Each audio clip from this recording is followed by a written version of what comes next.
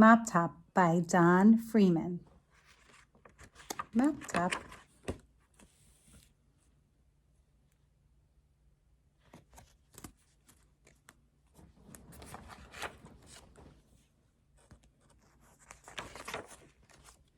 This is the story of a boy who never wanted to have his hair cut.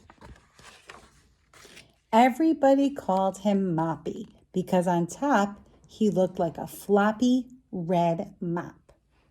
Moppy didn't care what anybody said about his hair or what they called him. All he wanted was to stay at home and play. He sometimes played at being a soaring eagle, and he sometimes played at being a roaring lion. A good lion he made too, without even trying.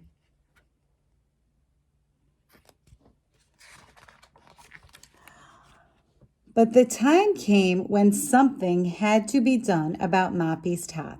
And it happened one day when he was swinging from branch to branch in his very own China berry tree. His mother came out into the garden and said, "Pardon me, just who do you think you are up there, Tarzan?"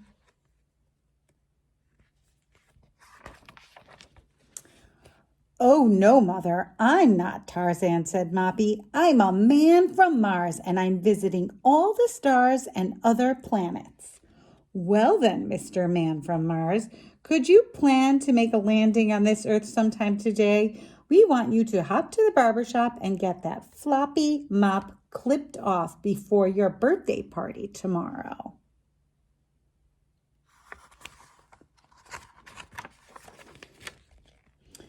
The minute Moppy heard the words birthday party, he dropped down out of the tree to the ground, feet first, and then stretched out his hand.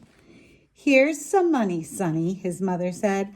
"I've just called Mr. Barbaroli, and he says he'll be ready for you at 4 o'clock sharp.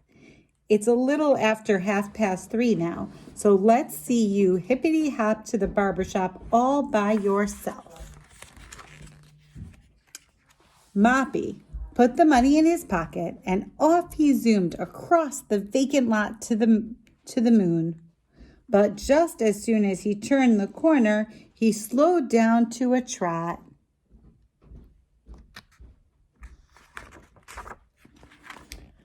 "Don't need my haircut at all anyways. Not now," he grumbled, and stumbled along until some bright red lollipops in a candy store window caught his eye. They looked so good, he had to stop. While he stood there staring, what should waddle up but a frilly, woolly pup?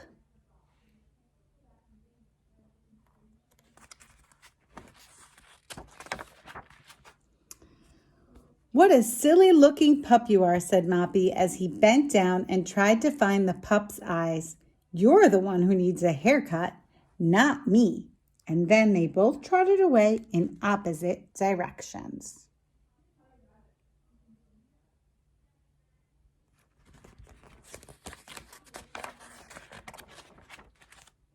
Moppy hadn't gone very far before he saw Mr. Lawson mowing his lawn. "That lawn isn't what needs a haircut. Isn't what needs a haircut. Not me," said Moppy.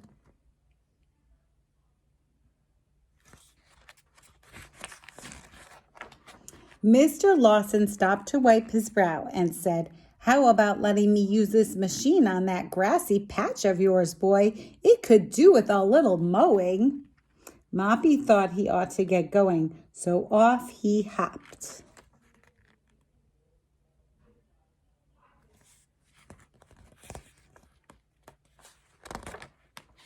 But the closer he got to the barber shop, the slower he hopped. He was nearly there when he saw a man on his ladder snipping branches off a low, droopy tree.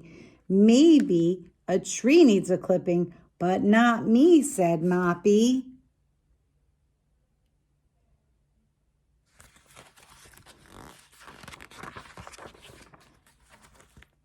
"Oh, I don't know about that," said the man in the ladder. "You could do with a few snips of these snippers, Skipper."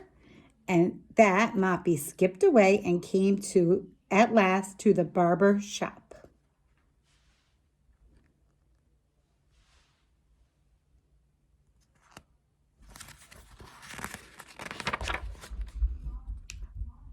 But hard as he tried, he could not go inside. He decided to run and hide in the grocery store next door where he could think things over. And this is where he hid, behind a barrel of brooms and brushes and fancy red mops. By and by, a lady without her glasses came up and told the salesman she wanted a mop to help her keep her kitchen floor clean.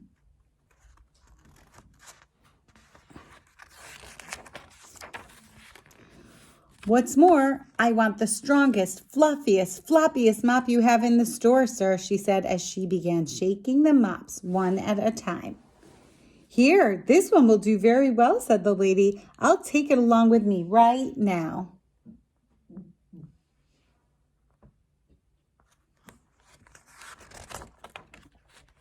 Ouch, let go, shouted Moppy. I'm not a mop, I'm a boy.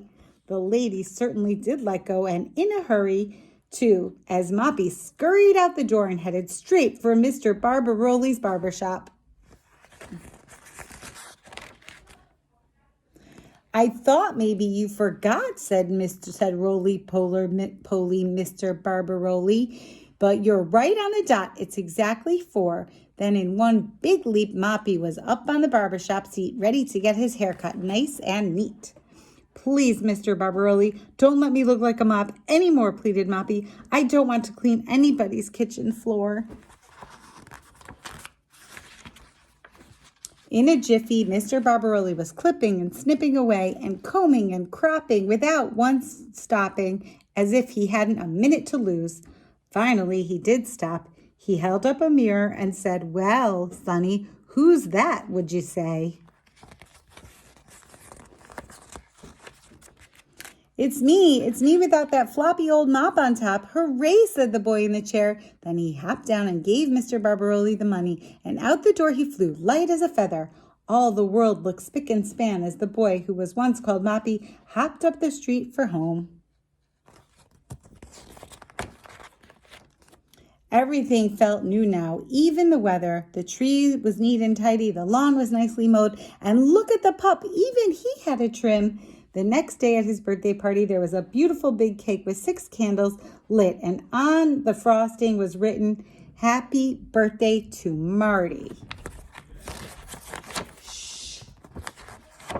Which was his real and true name all the time and forevermore.